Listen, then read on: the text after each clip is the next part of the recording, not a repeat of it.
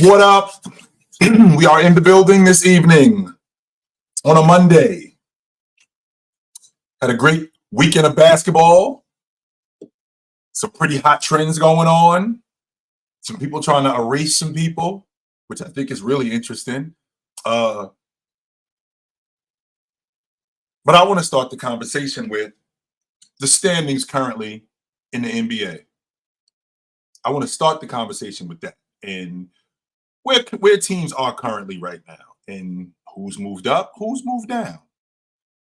You know, the fact that Boston did what they did this weekend, I mean, they ended up losing to Denver.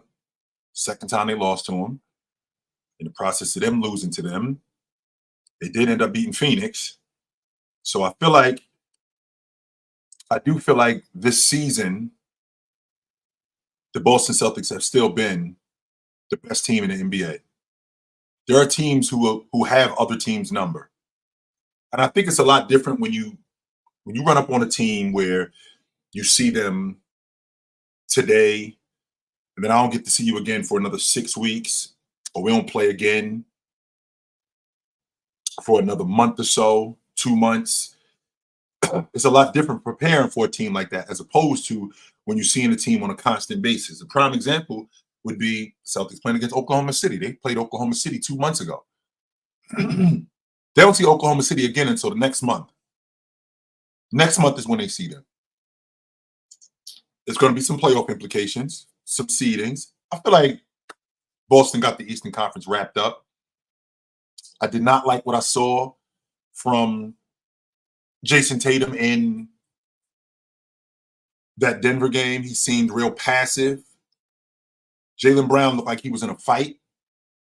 And Jason Tatum looked like he was reluctant to join the fight. I'm going to be more of a facilitator. Nah. That's what you got Drew Holiday for. That's why you play off Porzingis. Guys like that. That's why you do that. That's not your job primarily. And I know that the offense is ran different. I can dig that, sure. But from the way Jason Tatum has been shooting the ball, I mean, we don't talk about the fact that in the month of March, and I know we just got into the month of March. What's today? The 11th of March. They played 5 games in the month of March. He's shooting over 55% on the long ball, shooting over 90% from the strike in the month of March. You have to be more aggressive as an offensive player because now what we're doing is we're getting closer to playoff time. And you have to be more aggressive. Otherwise, it could be bad business. I still think the Boston Celtics are the most complete team in the league. I feel the way I do about them the same way I did about Denver and how good they are. I still think that they win the NBA championship. That Phoenix team, I mean, what can I say about KD? KD is still a marksman. KD still has the goods. KD still one of the best players on the planet.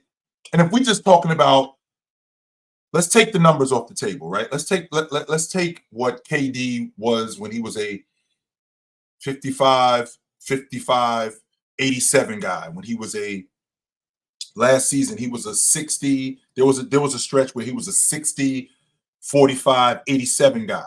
There was a stretch when that was going on. So with that being said, that still goes on today. KD's still super efficient. So if we take the numbers off the table, right? If we just take the numbers off the table and we just talk about Kevin Durant as a straight up baller. Even though I'm not a big fan of I'm better at basketball than you are. If I'm just looking at Kevin Durant as a basketball player, the goods are still there. The goods are clearly still there. I still score it with the best of them. I still get up and down the floor with the best of them. My handle is still crisp. If you notice, Kevin Durant doesn't do a lot of extracurricular stuff with the pill. Not a lot of that is going on. It's a lot. It's cross, 2 dribbles, pull up.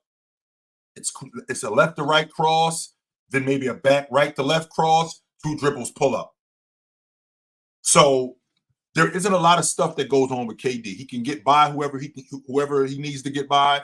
He has all of that stuff in his game, and he's always had that stuff in his game. The problem that has been going on with Kevin Durant over the last 4 years is that he's been breaking down. This season, he's actually been able to hold up.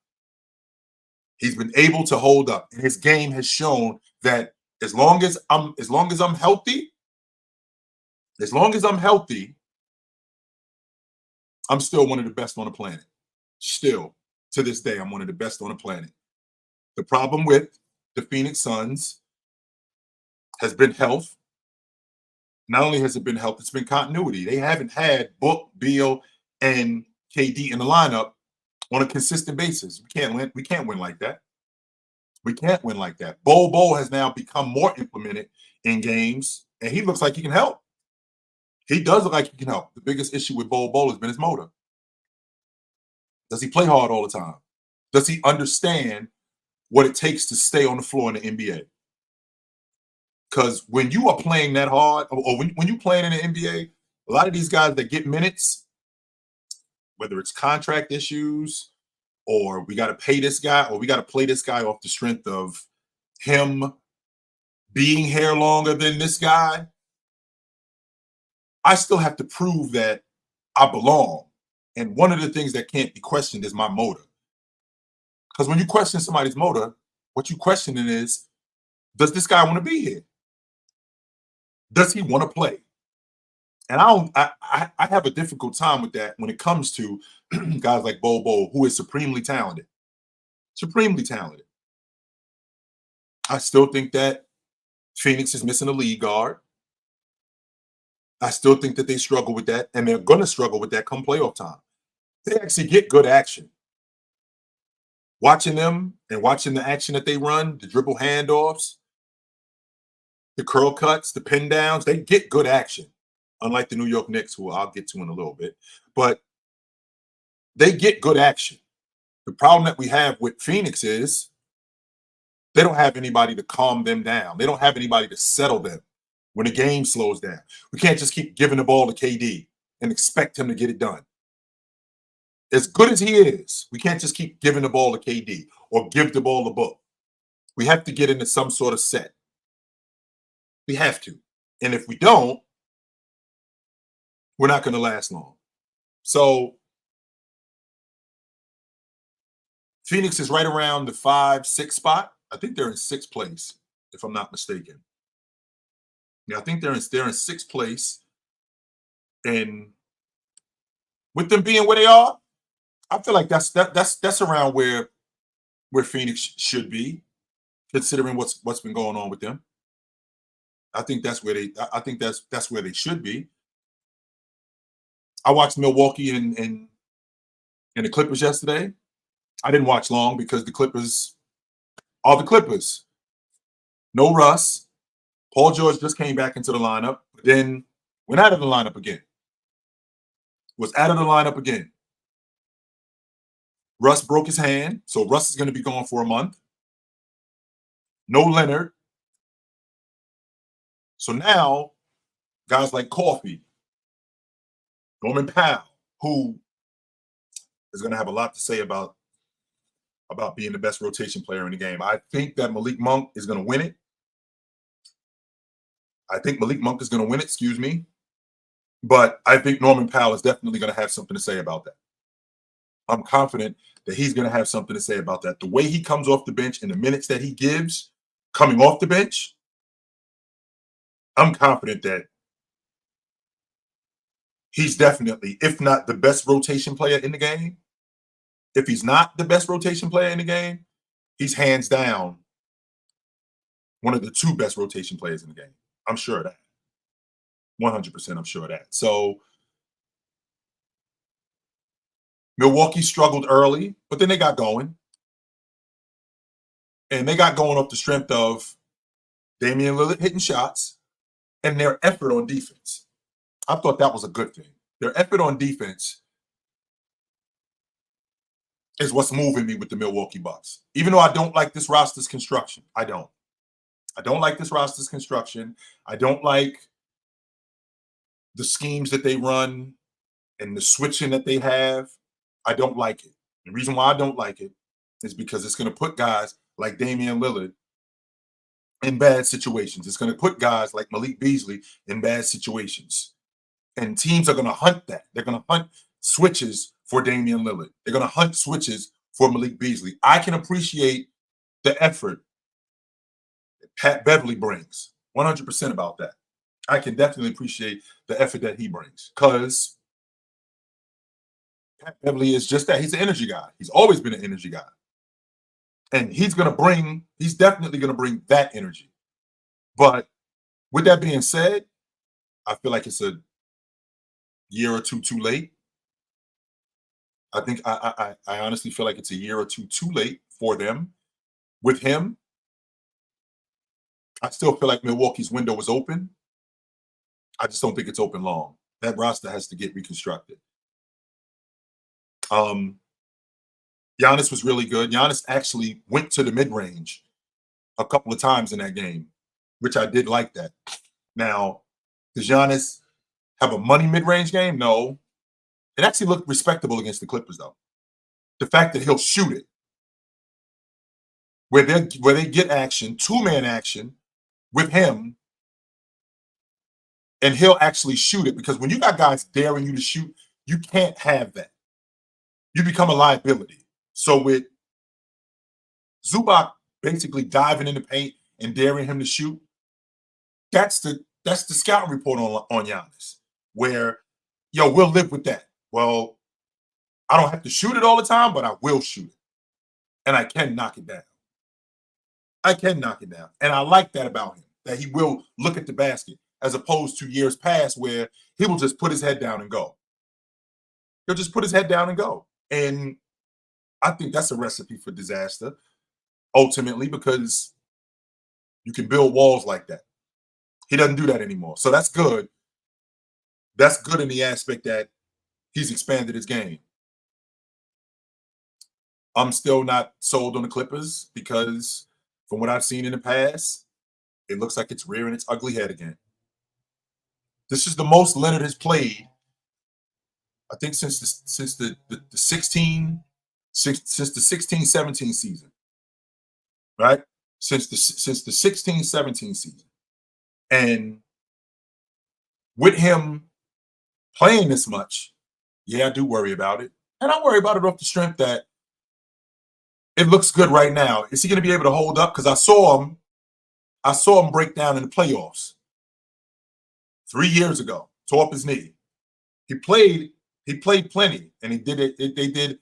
They did everything that they could to manage him, and it worked. They did the same thing last year. They did everything that they could to manage him, and it also worked until it didn't. When we got in the playoffs, he broke down. In 2021, when we got in the playoffs, he broke down. Is there any evidence to suggest that this is not going to happen again, when this is what I've seen from him in the past? This is who the Clippers are. This is who they are. I was really upset about Minnesota losing Cat, because I think this throws a monkey wrench in everything that they're doing. And it looks good. Naz Reid coming off the bench. He's able to knock down the long ball. Not only is he able to knock down the long ball, he's also a dribble drive guy. So he goes from a reduced role, which is a rotation guy, to now he's in a position where they look for him more because Cat's out of the lineup and they don't really have anybody else to go to in terms of a third scorer, even a second scorer. So he's got to pick his game up, right? He's got to pick his game up even more. Now, do I think he's as good as Cat? No, I don't. I think Cat gives them an element that they don't have at 6'10", a better long ball shooter, a better one-on-one player, a better rebounder. I think he's a better overall player. However, he does do the other stuff. Now, he wasn't available for the playoffs last year, so I didn't get to see him in the postseason. I will get to see him this postseason to see exactly what he looks like. In the process of seeing what he looks like, I'm going to see what he looks like, and he's not going to have a reduced role because I don't know what Cat going to look like when he comes back. I watched that Cleveland game, and the defense got really stretched out because he could shoot the long ball, and he will shoot the long ball with confidence. In the process of him doing that, that gives those other guys confidence, right? That gives those other guys confidence. The question is, when the bets get higher, does the rotation player, does his game as a starter translate to the postseason? I have yet to see that from him because teams are going to key in on him specifically. They know who he is. They know where he likes to shoot. They know where he doesn't like to shoot. They know that the corner long ball is his shot, but they also know that on the left wing in the third quarter, he doesn't shoot it very well. They know that his dribble drive, two pull-ups, two dribbles and a pull-up, they know he's not that good on the right side of the floor. This is stuff that teams do when they scout guys. And I understand that the long ball has made the game more wide open. It was more wide open. Now, the difference is guys on the block, guys in the post, they were just so dominant that it was difficult not to double team those guys. I mean, today you don't really have a lot of guys on a box that play like that. Like Joker doesn't play on the box. B doesn't play on the box when he's healthy. Not like that. He plays on the block. He plays in the mid post, but he doesn't play like that on the regular. Same thing with Joker, Rudy Gobert, Giannis. These guys don't play on the block on the regular. So, with that being said, I still like Minnesota, but I don't like them to get to the Western Conference Championship like I did months ago. I don't. And excuse me, I really feel like this kind of throws a monkey wrench in a lot of things because I want to see teams healthy. I do. I want to see Minnesota healthy. Like Anthony Davis grabbed 25 rebounds last night. That was against a decimated Laker front. I was against a decimated Minnesota front line. No Rudy last night. No Cat. No Rudy, no Cat. Because no Rudy, because no Cat, Anthony Davis has free reign. Now, I've seen Anthony Davis outplay Rudy, but it's been more difficult. Like I've seen 29 and 14 on Rudy, but it's been more difficult. That didn't look difficult last night. It didn't. Because they were just bigger. And he was. They couldn't really do nothing with him in the post. They couldn't do anything with him in the post. James getting downhill the way James was getting downhill and getting to the lane, no rim protection, no paint protection. And when you get, right, and when you get a guy like Rudy off the floor, that makes my defense, that weakens my defense so much more. Because now I can't take as many chances on the perimeter like Jaden McDaniels normally can. Having to stay in front of guys like he normally can. Nah, because I don't got this dude behind me to clean up my mess. I don't have that. So it's been a little bit more difficult.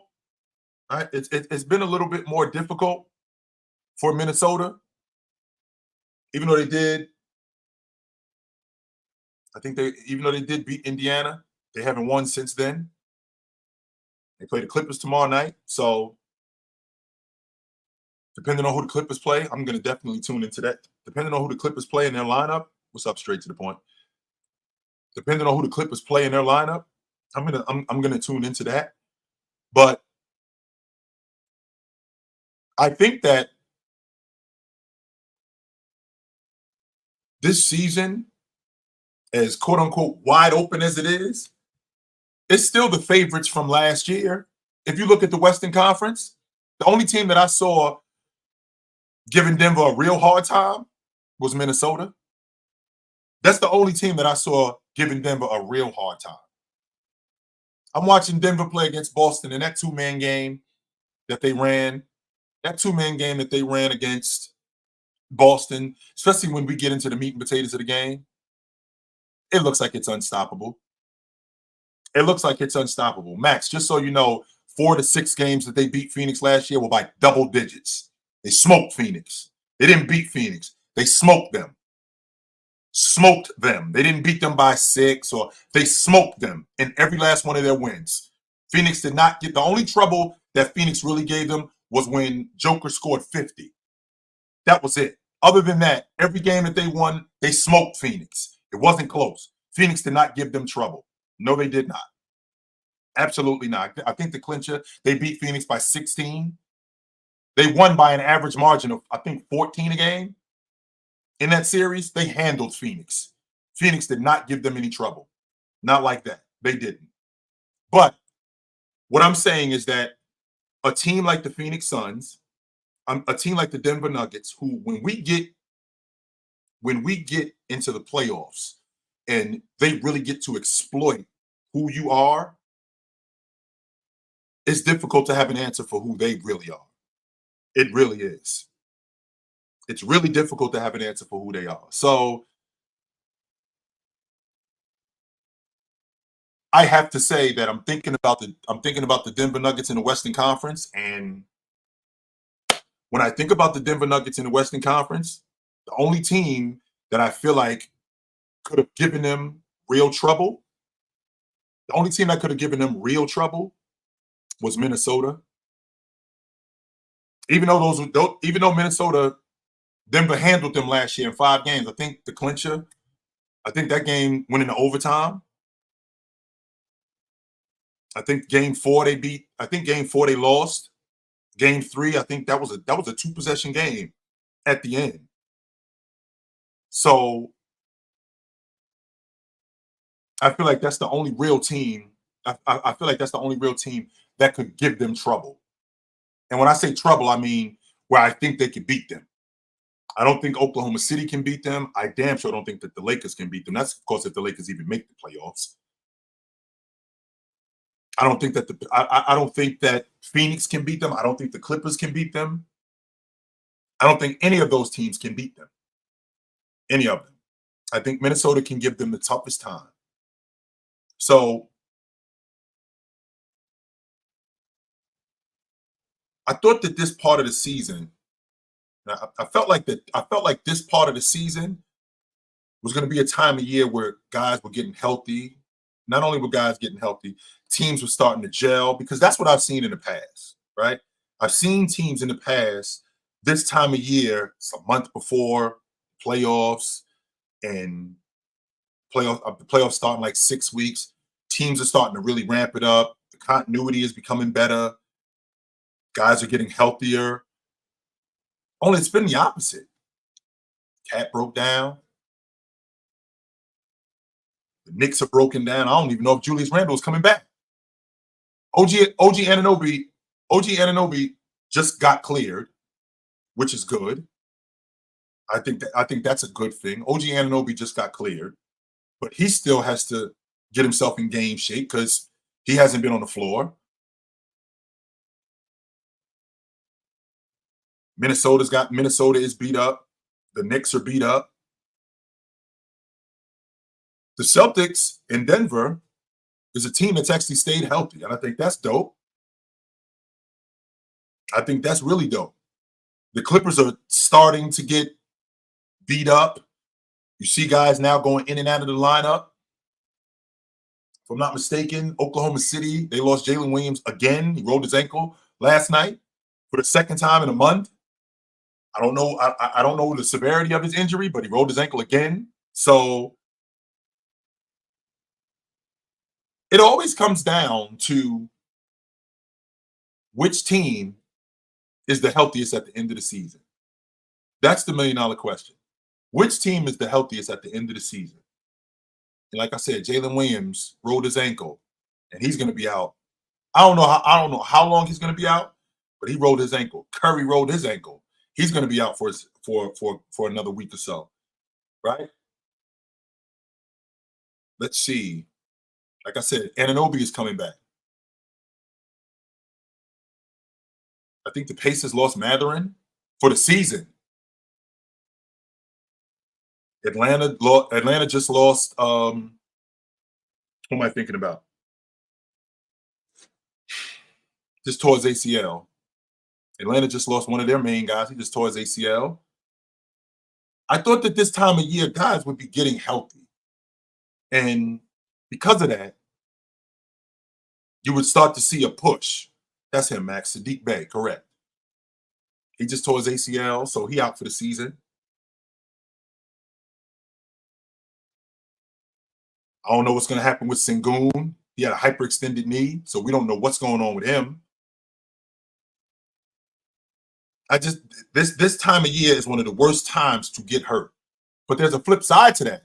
Guys like, Zion's been healthy most of the season, right? Zion has been healthy most of the season. And with Zion being healthy most of the season, that's one of the main reasons why. It's one of the main reasons why New Orleans has been in the top 6 the majority of the season. I think they're 5th right now, if I'm not mistaken. Yeah, they're in 5th place. 2.5 games out the 4th spot. And one of the main reasons for that is Zion's been healthy. So I think that's good. That's really good. The Celtics have been healthy.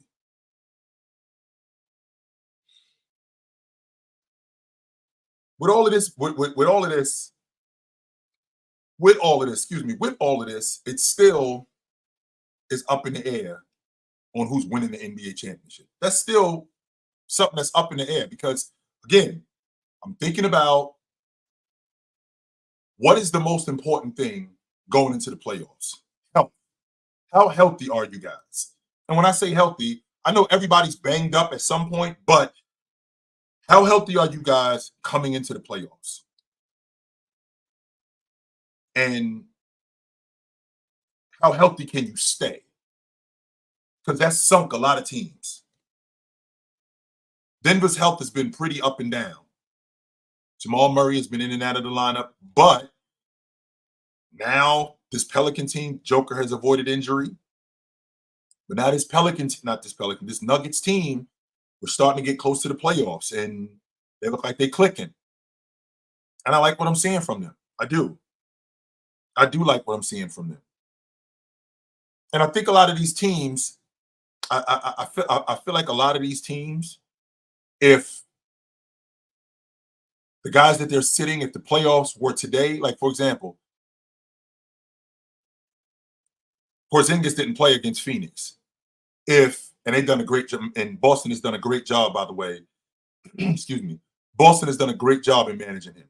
A great job in managing him and keeping him as healthy as possible. If this was the playoffs, Porzingis would have played against Phoenix 2 nights later. Yeah, if this was the playoffs, he would have. 100% he would have. So with that being said, health is going to be a huge thing when it comes to all of these teams. The Pelicans being able to keep Zion healthy, that's a big deal. That's a huge deal. And I like that about them. I do. I really dig what I'm seeing from the Pelicans. Yes, I do. The Knicks, on the other hand, it looks like it's going the other way. I watched that game a couple of nights ago, 73 points. There's no continuity on offense. Not only is there any continuity on offense, there are no consistent sets that they run. They kind of look like they'll run a pin down or they'll run a double screen action. What I mean, I say a double screen action, a double ball screen action, and then they'll just give the ball to Jalen Brunson and have him create a shot, whether it's for himself or for somebody else. There's nobody else out there that can really create a shot on their own consistently. I like DiVincenzo. He can shoot the long ball. Josh Hart should not be on the long ball line. He shouldn't be. Even when he's wide open, he should not be on the long ball line. Josh Hart is a dirty work guy. That's who he is. More than anything. He is a dirty work guy. He's a hooper, though, and he's necessary. 100% he is. For guys like Boggs, he can't create his own shot. McBride can actually create his own shot. Right? McBride can actually create his own shot, but can he do it on the regular? I mean, I've seen him do it against Cleveland, and I feel like he did it against Cleveland off the strength that he feel like he's better than Darius Garland. And to be honest with you, I can't say I blame him. I don't. What other attitude are you going to have going up against Darius Garland when you feel like that? I don't blame him. I do not blame him at all. So that's basically a recap of the weekend. But I also had something else interesting going on this weekend where I had some people tell me that we done with the '90s and Jordan was trash. And I don't really listen to that stuff too much, to be honest with you, dudes. I don't. But I feel like it's necessary for me to inform people that these dudes from the '90s, from the '80s, from the '70s are necessary. Sure, the era changes. Guys get better. I ain't stuck in the past, right? I'm not stuck in the past. I'm not that dude that's stuck in the past saying Cedric Maxwell would be awesome in today's game and he would kill everybody. No, I ain't doing that. No, I'm not doing that. No way will I do that. There are guys that I've seen in the past where I seen there are guys where I've seen in the past who I do think would be awesome in today's game, but that doesn't mean that that's everybody. That does not mean that that's everybody. And I recognize how much the game has changed and how much the game has evolved. If anybody knows me, they know I'm a James guy. I think James is the GOAT, right? So with James being the GOAT, it's not just he's the GOAT because he's better at basketball. No, James's game evolved. He could have stayed the same player and started losing athleticism, and then his game could have went the other way. He recognized that, okay, they're starting to shoot the long ball more. I got to get behind the long ball line. Because if I don't, then I'm not going to be here long. Because I just can't keep putting my head down and going to the basket. I can't do that. Eventually, my athleticism, I'm going to slow down. I'm not going to be able to jump as high as I used to. And on top of that, when I expand my game, I make myself even more lethal. And James did that in his prime. And I recognize a lot of the players today who did that, who changed with the times. Embiid had to change with the time. The big man moved away from the basket more, which I don't like it, but I understand it. And with the big man moving away from the basket, he still plays on the box. So Joker still plays on the box. Embiid still plays on the box. He might not play on the box as much as I'd like, but he does play on the box. He plays in the mid post. Giannis, bam. When I say Giannis, I don't mean a center because Giannis isn't a center. He's a four-man. What up, Just Blaze?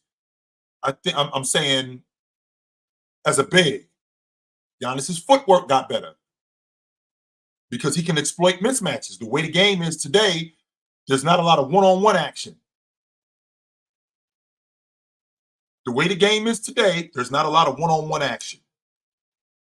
And what I mean when I say one-on-one action, guys don't stick with their assignments. There's a lot of switching going on. And with the amount of switching that goes on, you can exploit mismatches. So a guy like Giannis, who does put his head down a lot and go to the basket, he's only 29 years old, though. So he's still got a lot of his athleticism. He's still got a lot of his flight because that's where his game is focused on. But in the midst of that, I also have to be on the block so I can exploit mismatches. One, I'm not going to be able to run this fast and jump this high. So I can extend my career if I played on the block a little bit more, especially the passer that Giannis is. And two, this is the way the game is going. All we do is talk about the long ball. What's going to end up happening is that we are going to revert back to the big man playing on the box a little bit more. That's going to happen. That's going to happen. And when that does happen, I need to be prepared for that. I need to be prepared for that. So I'm not one of these people that is stuck in the past. No, I'm not. I think these modern players are great. What I won't allow, though, is I won't allow the players of the past to just be disrespected. To say stuff like Michael Jordan couldn't go left, which can't be further from the truth. because Jordan, just like Giannis, Jordan, just like James, Jordan, just like Anthony Davis, Charles Barkley, Alex English, Karl Malone, all of these guys had weaknesses when they showed up. All of them did. So because all of those guys had weaknesses, they worked on them. That's why they got better. Malone's not the same player in 1988 that he was in 1992. He worked on his mid-range. He worked on his stop and pop. He became a better passer. When he came into the league, he wasn't very good at that. He wasn't. When Magic showed up in the league, as good a passer as Magic was, he wasn't the same passer in 1981 that he was in 87. He wasn't the same ball handler that he was in 1982 that he was in 1988. His handle got better. His decision-making got better. That's called progression when you're talking about players. Players don't just stay stagnant. That's because the players who stay stagnant, we don't talk about them. The reason why we talk about these other players as all-time great players, because they worked on their game and they got better. Shaq got better in the post. Shaq got better as a passer. Shaq got better in his conditioning. Shaq got smarter. With Shaq doing all of these things, he became a better player. But when Shaq showed up in 1992, Shaq wasn't the passer that he was in 2000. Shaq in 1994 did not understand how to pass out of double teams in 1994 and in 1995 like he did in 2000. He improved at that. And that's the point when you're talking about being a great player. How much did you improve? How much did you get better? And the ones who got better are the ones that we're talking about. That's why we're talking about them the way we talk about them. We ain't talking about these guys, right? We're not talking about these guys because people just hyped them up. No. We're talking about these guys because they improved their games. So I can't have you guys just forgetting about these guys. No, I can't do that. Because what it'll look like is it'll look like later on in life, in 10 years, it'll look like, well, James Harden was just showing up. Well, he didn't take care of his body as well as he could have, but he did work on his game. James Harden ball handling did get better. James Harden's ability to shoot the long ball got better. Steph Curry worked on his game. Damian Lillard worked on his game. Russ worked on his game. So because these guys worked on their game, we talk about them. We don't say, yo, Russ was trash, because he wasn't. Russ was not trash. And I can recognize how awesome Russ was or is. Sure, Russ is on the other side of what we used to be. But I can recognize how awesome Russell Westbrook is. And in the process of me recognizing how awesome Russell Westbrook is, I can also say in the same sentence, Dale Ellis would light the league up today, being the shooter that he is. He would light the league up, being the shooter that he is. So I can recognize how good of a one-on-one player Damian Lillard is. I can recognize how good Chris Paul was. I can recognize that. But on the other side of that, also say that John Stockton would be phenomenal today. How wide open the offense is. He could shoot the mid-range. He could shoot the long ball. He could defend with the best of them. So because he could do that, that translates. That's not something that just stays where it is. It's like a big man. If I could play on the block, right? If I could play on the block in 1988, I could play on the block in 2008. If I could play on the box in 1987, I could play on the box in 2017. 100% I can do that. So with that being said, I cannot discount how good the era is today without talking about where it came from. I can't do that. So we're not done with the we're not done with the 90s. We're not done with the 80s. We're not done with the 70s. We can't be done with that stuff. And I'm going to make sure of it. That's why I'm here. To make sure that we're not done with that. Off the strength that it needs to be talked about. We need to discuss why these guys are what they are. Why is Russell Westbrook who Russell Westbrook is? Russell Westbrook watched somebody growing up, right? Russell Westbrook isn't a guy who just showed up and pew, pew, pew, was a ridiculously athletic guy. No, he got his game from somebody. He watched other people. In the process of him watching other people, he learned that. Just like as good as Kobe Bryant was, where did he get his game from? He got his game from Jay. All of these guys, they got their games from specific people. They didn't just show up and I'm gonna put a jump shot in my game. No, they watch film and your game is similar to this right here. This could be you. This could be you right here. Because that could be you, you start implementing stuff like that in your game. And it's not specifically for one guy. The great ones, they put a bunch of different guys in their games. I like how he handles. Let me see. I'm gonna go work on that and put that in my game. And I might be better at it than him. That doesn't mean I didn't get it from him, though. That doesn't mean that I can't because I got it from him. That doesn't mean that I can't say because I'm better at it than him. Doesn't mean that I can't big him up. There's no way I can say that. So I'm one of these people who is very much under the impression that all eras matter, all of them. The 50s matter. The pioneers of the 50s. I mean, the NBA started in 47, so that was 3 years in its infancy. So I recognize that, but I'm just one of these people that I'm not going to go away. I will not. I will not go away. So what up? Hey, OG. What's up, brother?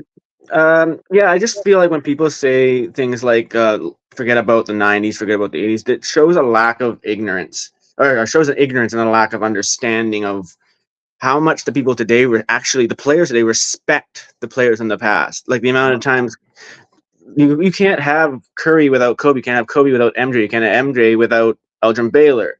Right. I understand if you don't like the style of play. I'm not a huge fan of LeBron, but I appreciate what he can do. I appreciate what he does. Right. And the two points to all the people saying forget the 90s. Well, one day your grandkids are going to say forget the 2020s. Wait. You just wait. And then they're going to be like, no, what are you talking about? I'll be like, no, forget the 2020s. Liam, I'm telling you right now, man, in 25, 30 years, your son, your nephew is going to come to you and he's going to tell you that Kobe Bryant played against plumbers. Mm-hmm. And you're going to want to choke the life out of him. He's going to tell you that Russell Westbrook, who shot 37% from three 1 year, and for the most part, he was a turnover machine.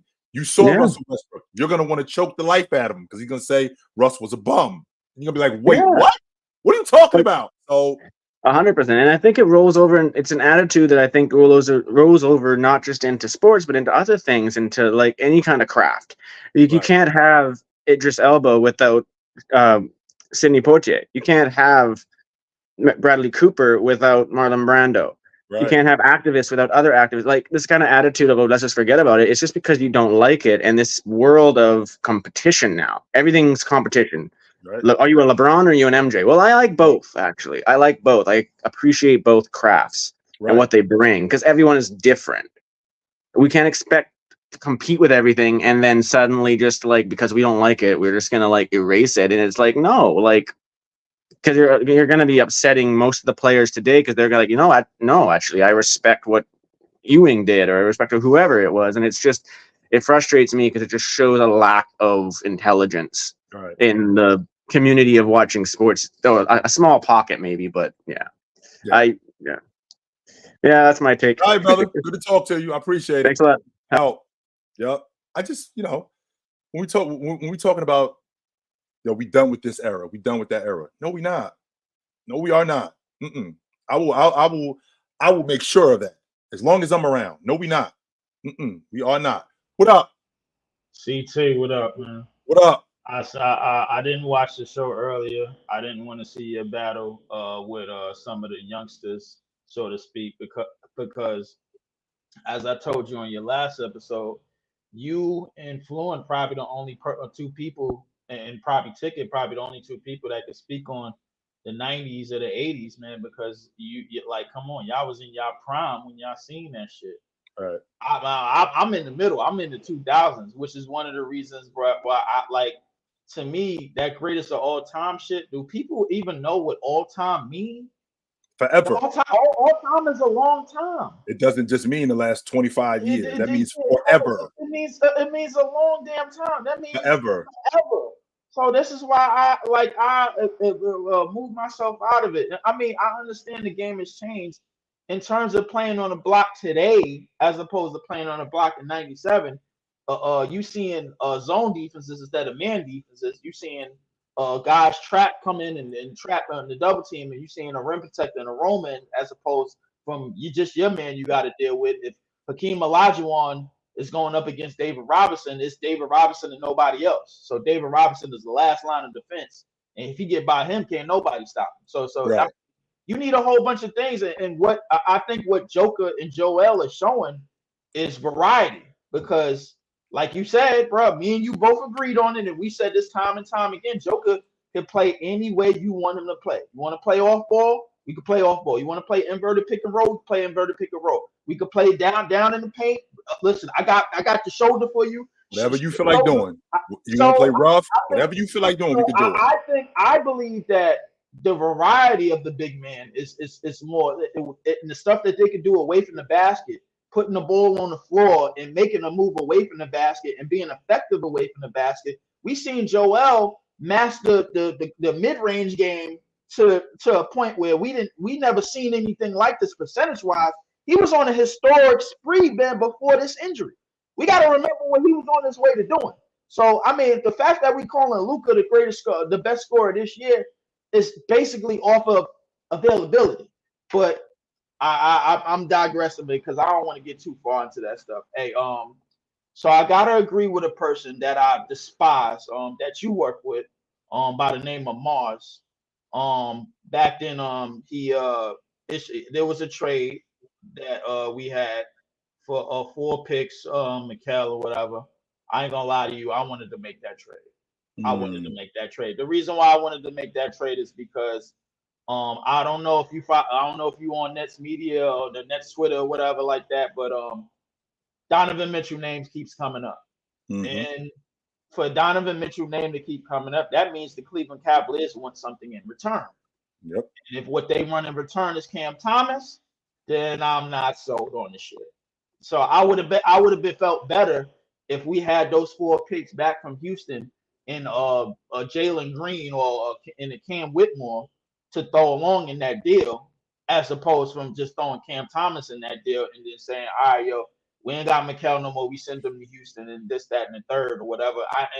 I had plenty of arguments with Breezy about it. You know, all I talk to is this at the time, man. Because so I mean, I had plenty of arguments about it. I just want to know. I know how you initially felt about that trade, but based on everything that I just told you about the package that we would have to send Cleveland for them to be okay with coming up off of Donovan Mitchell, because everybody believes, not everybody, a lot of people believe that Donovan Mitchell wants to be somewhere in the tri-state area. So I want to know from you, do you believe that Donovan Mitchell wants to be in the tri-state area? No, I don't believe that. Because if I believe that, then I would be saying that. And I don't believe that, because where are we today? We saw Paul George ask out. How many guys have we seen ask out? The majority of the guys who are in different places, we've seen James Harden ask out. We've seen Paul George ask out. We've seen a bunch of different guys ask out. Joel Embiid had a great opportunity after what was going on this summer with James Harden. He could have asked out.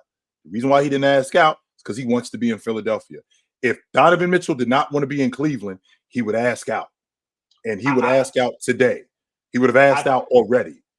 I think the reason why this conversation is coming up is because obviously the expiring contract after next year.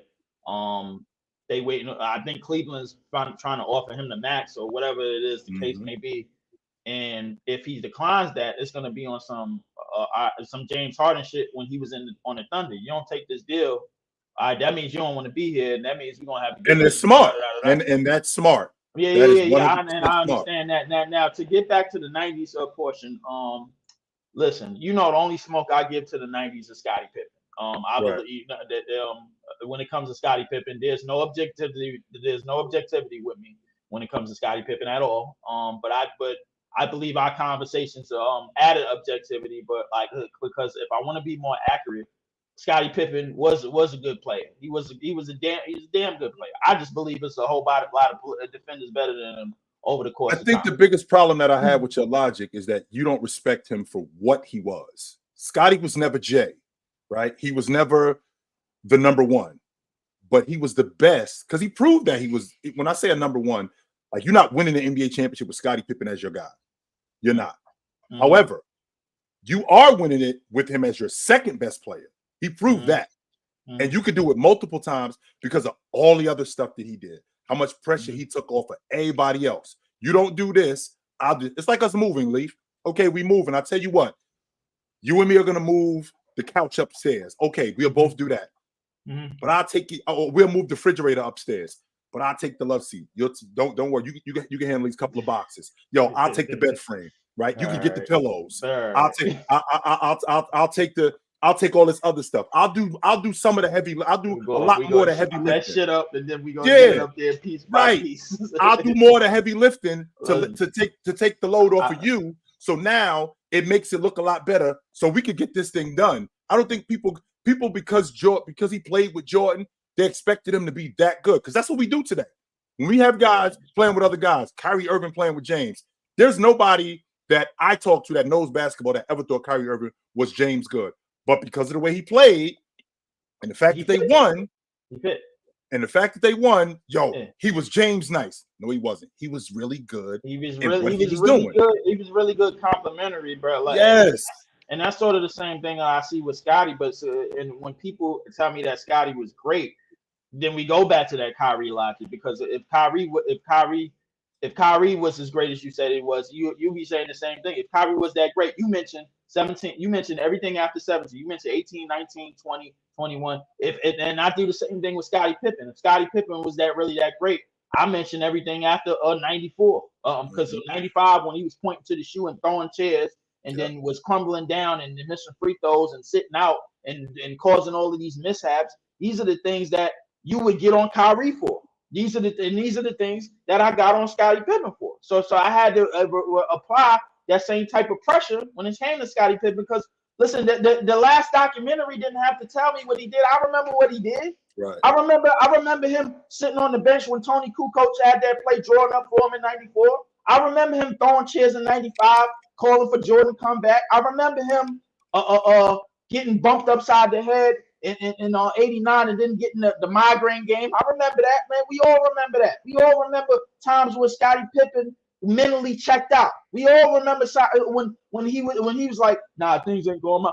But this is not the first time it happened. It was case after case after case with Scottie Pippen. And these are the things I get on. These are the things you would get on, bro, about Kyrie Irving, about a Kyrie Irving, about somebody else, or about any of these players today. So the thing is, when I apply that same pressure for somebody from your time, and it comes back to past versus present, I guess, in retrospect. You know what I'm saying? The way we talk about it, because you can't. When it comes to Michael Jordan, to the Jordan or LeBron conversation, it's either hot or cold water. Ain't no warm shit. No, there is no in between. You either awesome or you suck. Ain't no in between. I can get with that. Sure. Yeah.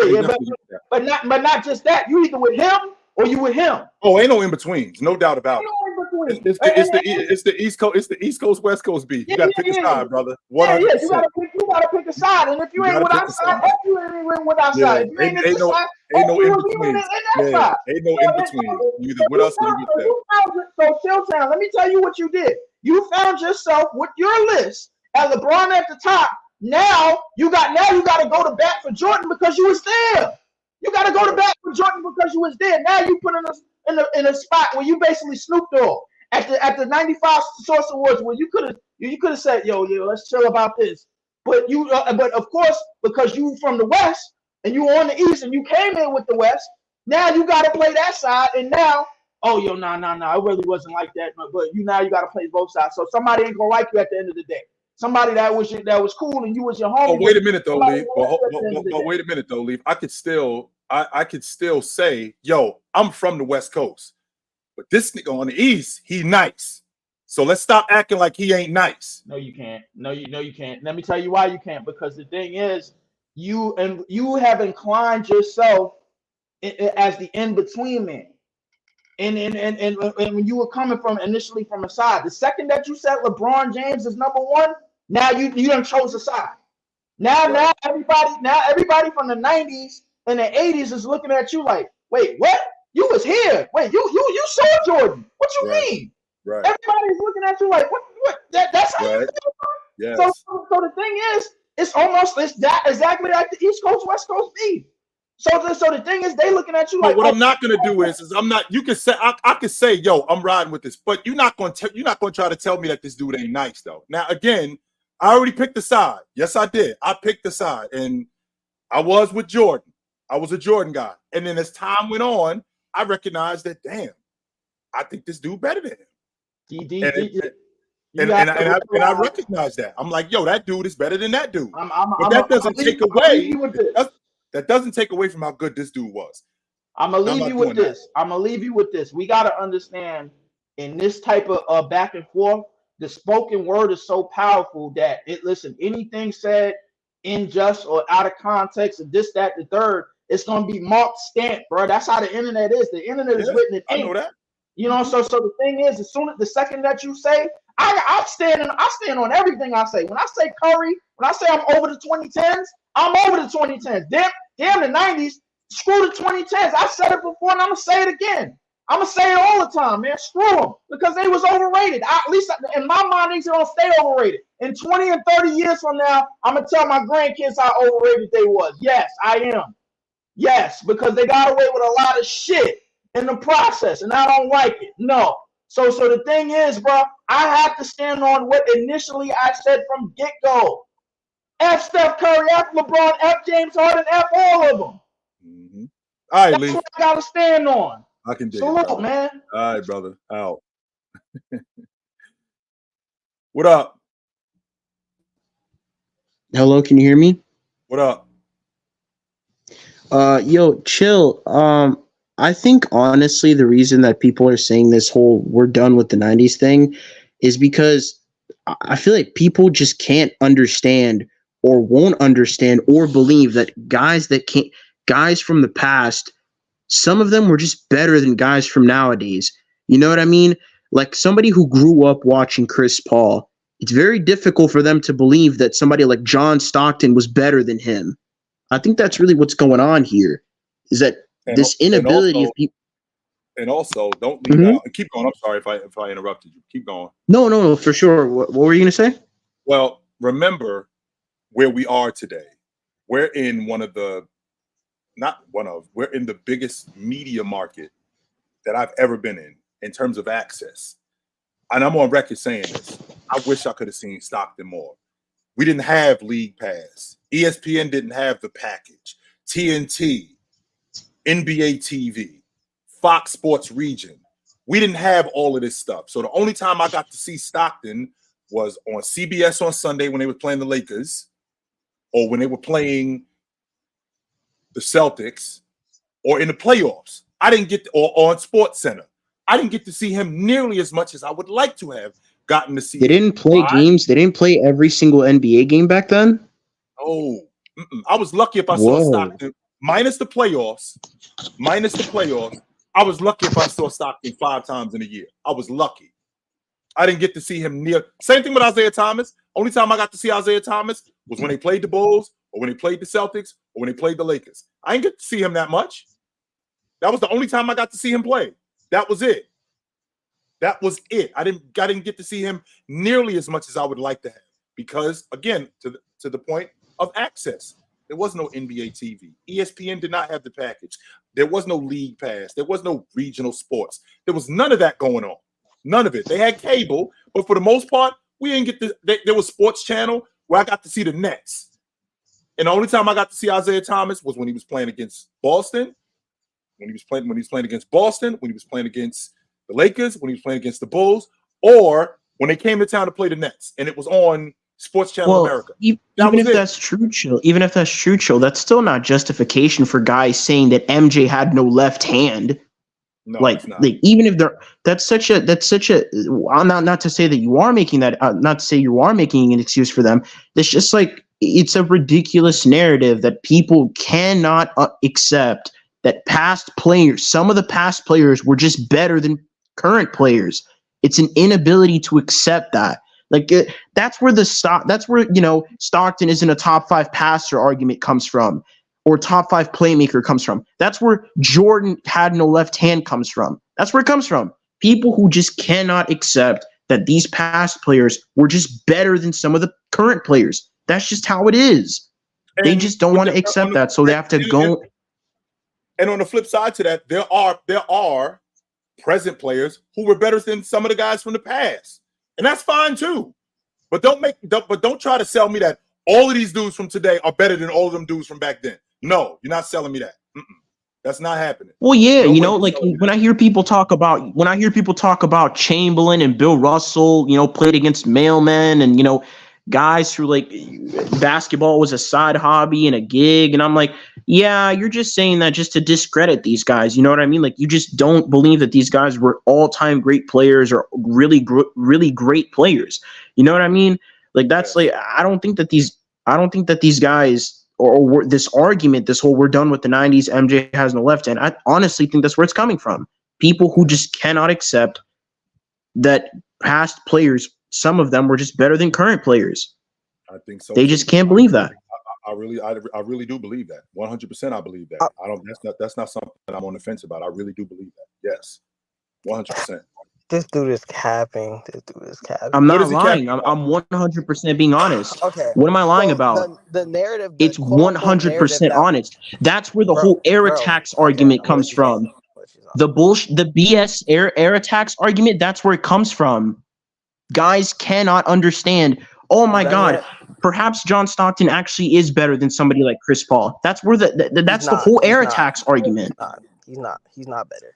Actually, he is, and he is better than Chris Paul. He actually is. He's not. Why not? Because the talent. Give me legit logic. Why? Give me some legit logic. Why he's better? He's not a better scorer than Chris Paul. He's not a better passer than Chris Paul. He's not. 100% he is. He's a better passer. 100% he's a better passer. Hold on. Wait. Whoa. Stop right there. Because I said so, it's not an answer, sir. I just gave you two of the main reasons why I think this is what you just said. You said he's a better passer. I just said he's a better passer and he's a better scorer. What exactly? In what aspect? In what aspect of passing? Bro, in what aspect? He's not a better. He's not better at passing off double team. He's not a better fast break passer. Okay, you're done yet? He's not. Okay, he's not. That one arm. That one arm full court pass. That one arm. Okay, you're done. Go ahead. Are you done yet? Go ahead. The reason why this narrative of the 90s are better even stirred up and is becoming as prevalent as it is because old heads, not you, Chill, because I can respect some of your opinions. But the casual old heads that used to talk about the game and talks about the game of today. He is better than CP3. He's keep going. Usually shits on the game of today to big up the 90s or even prior other eras. So when we finally get tape to see, because when I was younger, I used to watch the hardware classics in my little mind. I used to think, wow, these guys are really good. Even though I wouldn't say they're better than today's players, it's because the type of game they have. Sure, the transcendence players like Jordan, Shaq, they could play in any era. Are they going to be as proficient? Are they going to perform the same? I think not, because obviously the talent gets better. That's not what we're saying. We're speaking for the overall era. These guys, like you guys were talking about on the panel, the role players of back then are probably getting smoked today. 10 out of 10. Half of them aren't even going to be in the league. We're saying this off of the general game, not the individual. You guys want to pick out the individual best. Yes, the greatest of the greatest are going to perform no matter the era, depending how good and well they do. But for the overall perspective, no, the 90s are cooked. You still haven't given me satisfactory answer on Stockton and Chris Paul. Bro, You still it's just the game. You can watch game and see who's better. It doesn't need Yeah, but all statistics. you're It's just saying, pure but game. essentially your argument is just, because I Who's a said better so. shooter? All right, What That's really all it aspect is. who of attacks the paint basketball better? are they That's Who better? attacks really the all it paint is. better? Stop. CP or Scott or Stockton? Who attacks the paint better? Who attacks the paint better? Yes. Yeah, but we already I'm give just you that. He's a asking the better question. Hold on. scorer. Who do Stockton. you pick? And how do I know that? Because the majority of Stockton's assists came in the paint. Okay, who's a better? I was talking about the scoring aspect. I didn't even get into the playmaking aspect of Okay. the game. Let's Who's a better? talk about the Okay, the scoring. yeah, like say who's better in the paint, Stockton or CP? Let's talk about the scoring. Who has the better jump shot, Stockton or CP? Stockton. Stockton has a money mid-range game. Stockton got a money mid-range game. Not only does he have a money mid-range game, I don't know if you know this, Isaiah, the creator. The reason why the pick and roll works, because the guy coming off the screen who has the basketball has to be able to shoot. He can't just dump the ball off to the guy. I never said it's only dumping the ball. This is the point that I'm making. The point that I'm making is that the guy coming off the screen, when Malone sets that screen, if Stockton can't knock down that 16-footer, if he can't knock down that 18-footer, this doesn't work. This doesn't work because the guys, we could just double Malone and we could just leave him alone. Well, we can't just leave him alone. There's a reason why Stockton shot over 45, close to 50% in the mid-range when he was shooting the basketball. This is not my opinion. This is a fact. This is going on. So with that being said, him being able to get downhill. Now, the first thing that you will say to me is what you heard from other people, like his ability to just throw the ball into the post. Just so you know, when I'm throwing the ball into the post, it's not as simple as it looks. The reason why I'm able to do that, because they have to honor where I am. They have to honor me, because if they don't honor me, I will knock down this 17-footer. I will knock down this 15-footer. And if they honor me and if they come up, what I'm going to do is I'm going to blow past them. That's how I was able to get into the teeth of the defense and drop the ball off to Malone and drop the ball off to Thurl Bailey and drop the ball off to Mark Eaton. I was able to do that. I was able to get into the teeth of the defense and knock down a 10-footer and knock down a 7-footer. I don't know if you know this, but Stockton was a bucket getter until Jerry Sloan showed up and changed the offense, because they were an up and down team. They were one of the fastest paced teams in the league. When Jerry Sloan showed up, the game started to slow. They slowed the game down. It became more of a defensive team. For you to sit here and say, because I'm telling you right now, I'm listening to you, and you're going solely off what other people say and not watching John Stockton. I never is a said better point guard. Not only that. Let's go off. Chill real quick. Let's go off some things. What John Stockton does better than Chris Paul? He got a better mid-range game. Both of their games, I believe that CP3 is a better point guard, period, over John Stockton. I'm not going off of what people said. I'm saying in what way? You can't just say he's the stats. Well, let's talk about game. Let's talk about game. We can absolutely talk about game. In what aspect is Chris Paul a better point guard? In what aspect? He's a better facilitator. He makes harder passes. He threads the needle. No, better. he does not. Yes, he does. He's a Then better Stockton? scorer. He's a better scorer than him. Keep going. He's a Okay. better scorer than him. 3-point line, mid-range game. Inside the paint, I believe that he finishes better than Stockton. These are the reasons why I'm telling you. Okay, I'll give you scoring. Okay, so even a defender, I'd rather put Chris Paul in a defensive system rather than John Stockton. Rather than hiding him, I'd rather put him out there. Rewind. Now, you said you'd rather put him in a defensive system. What does that mean, put him in a defensive system? Not hiding him within the system, not leaving him in the corner with somebody. You can't hide him. You can't do that with your lead guard. You can't hide him. Yes, you can. How? Explain. For many times we have hit Steph Curry within the system. Okay, that's so how because they have all the defensive two guard. Hold on, Jay. They've hidden Isaiah Thomas. When he was playing for Boston, they hit him a lot. Hold on. Isaiah was actually a good defender. Let's make that. So, number one, you can't hide your lead guard, because we know who you are. Steph Curry still had to stand on his own. They were trying to go after him in the Dallas series. They were trying to get him on switches with Luka, but Steph Curry would fight over screens. Steph Curry not only fought over screens, Steph Curry was a solid on-ball defender. Steph Curry did play his role as a defender with guys like Draymond. That's not the point. Now you're telling me too much. Now you're telling me two different things. How am I? One minute you're telling me that they was hiding him, and the next minute you're telling me that he developed it. Well, you can't hide somebody if they developed it, because I'm good at it now. You don't need to hide me. That's the point. So with that being said, right? With that being said, you didn't have to hide Stockton, because Stockton was already a very good point of attack defender. He was an incredible off-ball defender. One of the best off-ball defenders. He was a top 3 off-ball defenders in that era. He was one of the best. He was second only to Gary Payton. He was second only to GP. That was the only other guy that was a better defensive point guard. At the lead guard. He was one of the best. And I'm not even talking about overall players, because when you talk about off-ball defenders like Olajuwon, Ewing, Scottie Pippen, Jordan, John Stockton was in that conversation as an off-ball defender. He was one of the best. He was one of the best. Was Chris Paul a great off-ball defender? Yes, he was. But the idea, your logic of being able to hide guys, you can't hide your lead guard. Why do you think Milwaukee's going to struggle in the playoffs? Because we know who Damian Lillard is. We know exactly who he is. You think they're going to put him into the teeth of the defense? They're going to put him on the most irrelevant offensive player within that system. They're going to what teams are going to do is they're going to specifically attack Damian Lillard on the defense. That's what they're going to try to do. They're not going to always catch him in pick and roll. Also, you can't protect a player for 7 games. You can't do that consistently. That's not going to work. For a season. You can't do that, yo. But also, let's get back to that Stockton. Let's get back to that Stockton Chris Paul debate real quick. First off, I will give you scoring. Anything else, I'm giving to John Stockton. That's the only thing I'm giving to you for Chris Paul is scoring. Stockton's a better passer. In terms of degree of difficulty, frequency, I think Stockton was a much better. Not only that, he was very efficient as a passer. We're talking about a guy that had a 5-to-1 assist to turnover ratio, which means that for most of his passes, they were mostly efficient.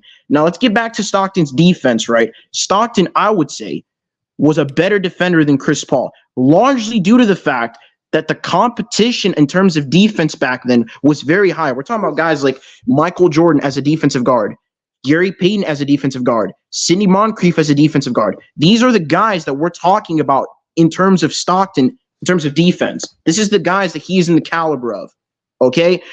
No, he's... Okay. Why is he not? I don't want to cut you off. Because please go. He's not a great point of attack player like the guys you are naming. He's probably a tier or 2 under them. You're naming him with some of the greatest. Yeah, and Stockton was one of the greatest defensive players ever as well. He's not. Why is he not? Again, we're talking about the lead guard, and what I want to do is I want to stick to what John Stockton was as a lead guard. Primary ball handler, took care of the basketball with the best of them, knocked down open shots when it was necessary. The offense changed. Because the offense changed, his scoring went down. He was averaging. I watched him put 20 and 20 on Magic. I saw him do that. I watched him average 27 a game in the playoff series. I watched him average 20 a game in the playoff series. But because the offense changed, his scoring went down. So when you move later on into playoff series like against Phoenix, where Malone is now the primary target offensively, you got to run the offense through him. I can score, but I'm not going to be able to because we're running the offense through Malone. That's what we do. I still knock down shots. 100% I can still knock down shots. But with that being said, the offense runs through him. And that's what we have to do. I'm still distributing at a high level because Malone's not the only guy that I'm getting involved in the game. I got to get other guys. I got to get other guys like Jeff Malone in the game. I get other guys like David Benoit in the game. I get other guys like Mark Eaton in the game. There's plenty of other guys that I also get involved in the game. So because I'm responsible for so many other guys' offense, it does take away from my offense a little bit. Not a lot, but a little bit. Plus, you couple that in with the way the game changed because we got a new coach. I could still average 17, 18 a game, which he did do that. He had a 3-year career. He had a 3-year stretch where he averaged 17 a game. In that era, by the way. 17 and 14 for 3 straight years. Not when it was not as wide open as it is. With that all being said, I can appreciate how good Chris Paul was. He wasn't better than Stockton, though. He just wasn't. Sorry. Not only that, Chill, let me ask you this. Who are you taking in terms of consistency as a point guard? Somebody who you expect to be there on the court. Who are you taking? Definitely Stockton. Exactly. Definitely. So, somebody that you know is going to be on the court consistently. He's an Iron Man. Yep. Absolutely. All right, brothers. I got to get moving. It was good to talk to y'all, dudes. Yep.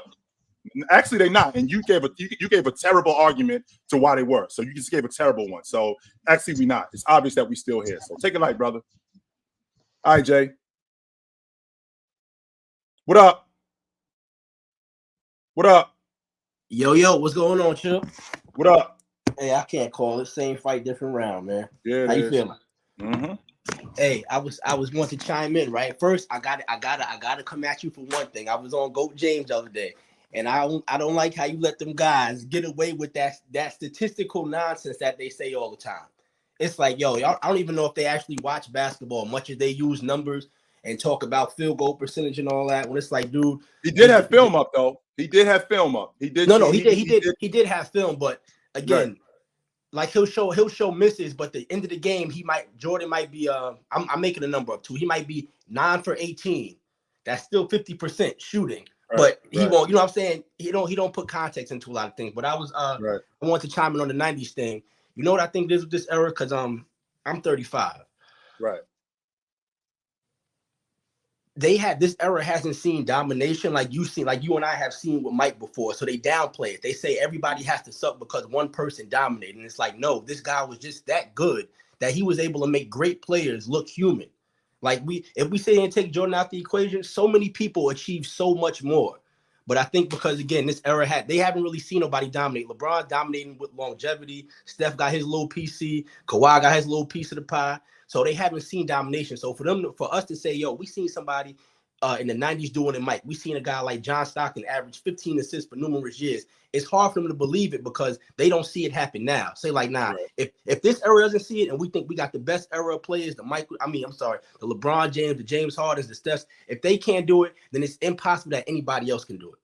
That's where I think the disconnect is. Which is fair, but we did also see a guy in LeBron James go to the NBA Finals 9 times in 10 years and him be the catalyst. Yeah, so we did see him dominate, right? Yeah, and I'm just saying as far as the winning. Like you made a good point earlier with Homeboy with the we were talking about the regional where the games were.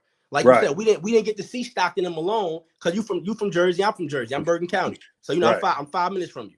Right. We don't see. So I didn't get to see him as much, right? We only saw him twice. We saw him in the All-Star game, and we saw him in June. So when we saw these players again, we saw them on the biggest stage all the time.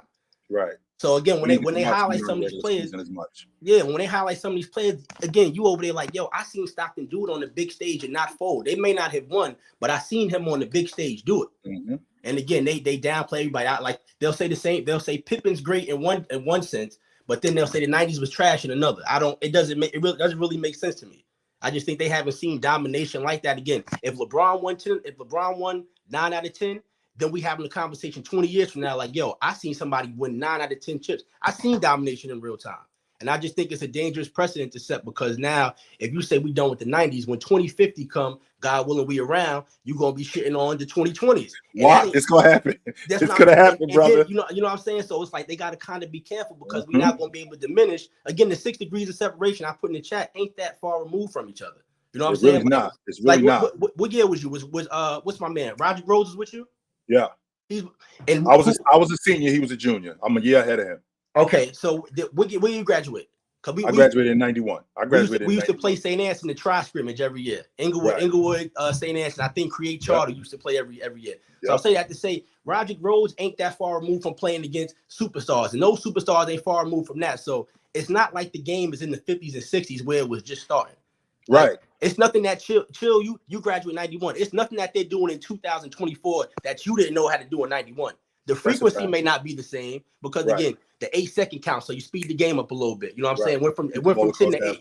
Right. So so now mofos back in the day, they take the whole 10 seconds to come up. So now you only get 1 or 2 possessions. Right. All these things that you because you went D1, all the things you knew how to do, it ain't much different right now. They just don't do it as much. If the game went back to how it was back then and it was more closed in, if the CBA does something with the defense, you may see more chills type of game come back in the picture. Right. Then what we gonna say about the big man?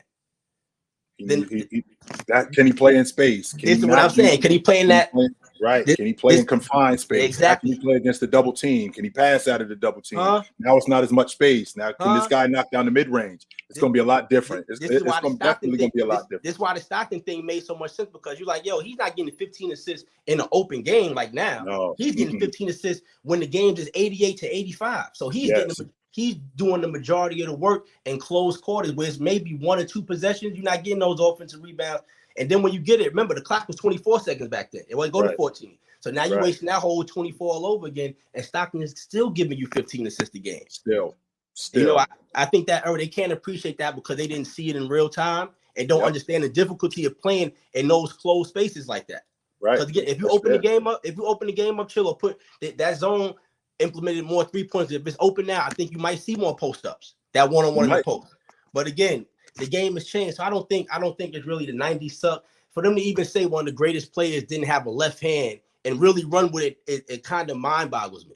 Yeah, to be honest with you, like I said, the reason why I'm here is to shut that kind of stuff down. I'll do that. I'll be here all day to shut that kind of stuff down. You got on them in the joint. You said, as long as you're around, they ain't gonna be shitting on the Alex Englishes of the world. I'm not trying to hear that. Not trying to hear that. So, all right, Double A, I know where to find you at, brother. Be easy. Yeah, chill. Hold your head, baby. Have a good one. Yes, sir. Hey. All right, guys, it's about that time for me. It was dope to see you guys tonight. I will be back soon. You know where to find me if I'm not here. I do TikToks in the morning. Good Morning NBA, 9 to 10. If I'm not there, I'm on Fluent and Chill tomorrow night. Myself, my man Tone, and the lovely playmaker Haley. And if I'm not there, on Wednesday nights, I'm do Chill with Big Ox. During the week, I'm on a panel from 11 to 2. And I'm not hard to find. So I will see you guys soon. We will do this again real soon. But until then, drink water, put on a suit, don't drink and drive. Hey, man, call your mother. When last time you talked to your mother? Call your mother.